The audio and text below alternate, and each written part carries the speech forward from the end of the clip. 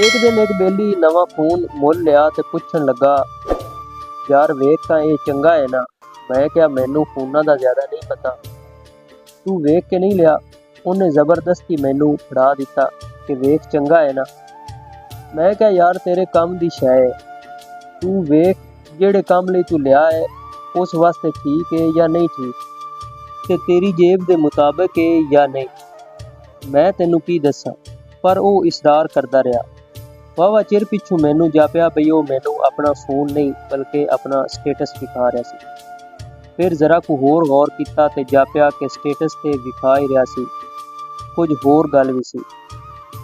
ਸਾਡੇ ਜ਼ਹਿਨ ਇੰਨੇ ਕੁ ਮਾਊਫ ਹੋ ਚੁੱਕੇ ਨੇ ਕਿ ਅਸੀਂ ਹੁਣ ਸੋਚਣ ਸਮਝਣ ਜੋਗੇ ਵੀ ਨਹੀਂ ਰਹੇ। ਸਾਡੇ ਸਾਰੇ ਫੈਸਲੇ ਵੇਖਾ ਵੇਖੀ ਤੇ ਹੁੰਦੇ ਨੇ, ਜਾਂ ਲੋਕਾਂ ਨੂੰ ਵੇਖਿਆ ਕਿ ਕੀ ਕਰ ਰਹੇ ਨੇ, ਜਾਂ ਫਿਰ ਟੀਵੀ ਤੇ ਇਸ਼ਤਿਹਾਰ ਵੇਖ